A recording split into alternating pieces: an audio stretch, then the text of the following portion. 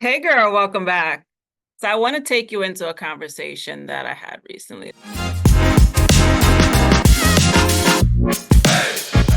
Let me take you back for a second. I'm sitting across from a woman who checks every single box of success. She's educated, she's accomplished, she's respected, she's the one who shows up when no one else does, the one who always gets it done, right? The one her family calls on her, she does all the things, right? She sends money back home, all the things, right? So from the outside, she looks like the blueprint, but on the inside, she's in a prison.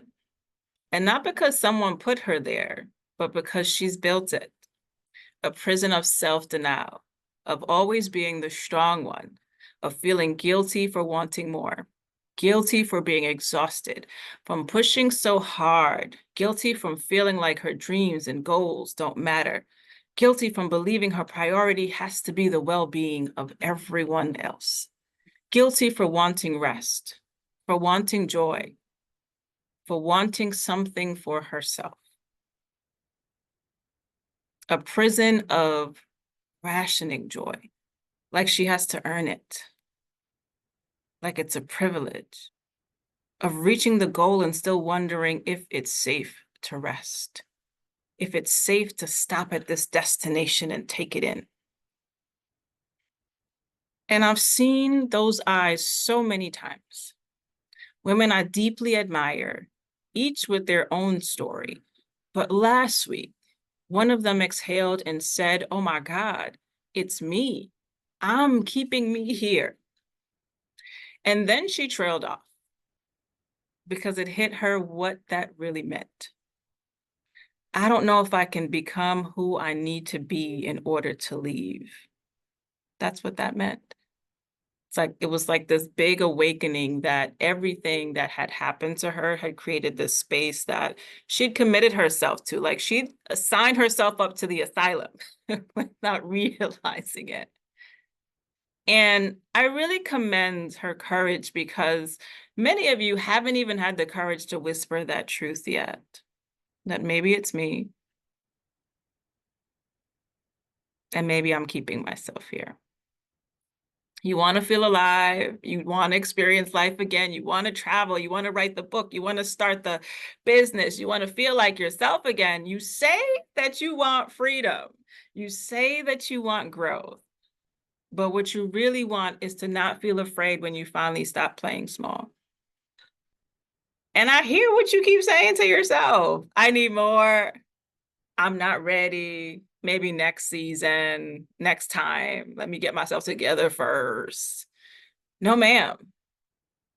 What you need is to stop being so loyal to the version of you that was only meant to survive. She built a powerful story, but it was a story rooted in protection, not in liberation. And sis, you are no longer in that place. And it's time to stop acting like you are. Lean in with me. Staying loyal to your comfort zone is like standing beside the key to the prison. To open the door and still saying, "I don't know how to leave." When really you just don't trust who you have to become to walk out. You don't trust that you are already her inside of you, that you already have everything that you need to walk out and be okay. Because freedom means visibility. It means people might talk about you.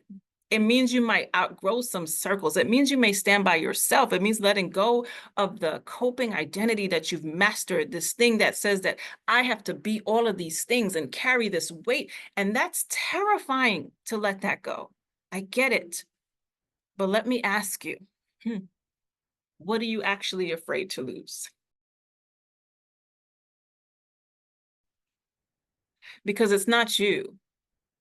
We lost you in your story. What you might lose instead is the lie. The lie that you're not good enough to say no, not strong enough to set the boundary, not wise enough to ask for help. The lie that you're not courageous enough to be seen without permission and unconcerned with what they think about your tone or your attitude. This is bigger than the fear of rejection. It's bigger than the fear of abandonment. This is the fear of being fully seen, the fear of stepping out of that glass protective house and becoming so audacious that you can't, that you won't make yourself small enough to ever fit back in that place. And I get it.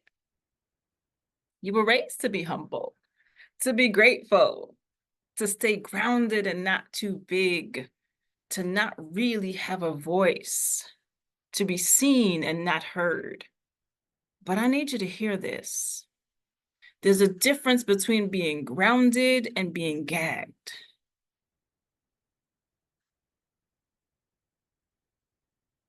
If you forgot what freedom feels like, let me help you remember.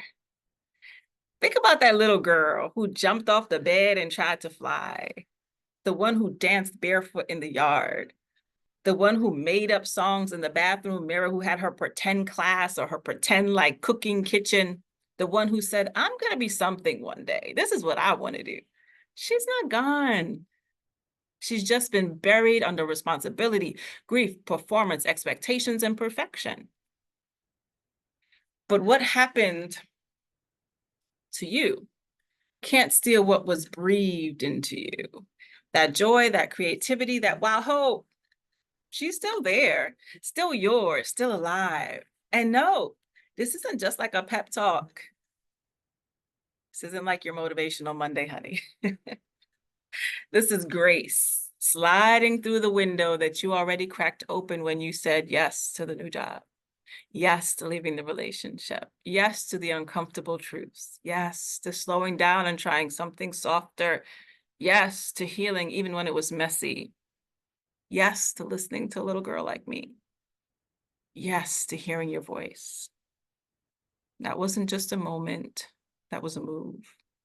And you don't need to find her, the one that you think she's not ready.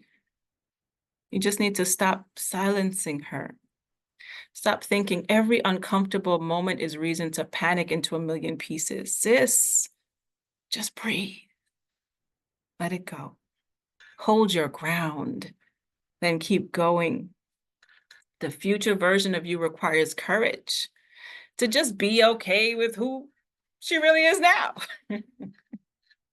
How much journaling and shadow work do you really need to do before you realize what you already know?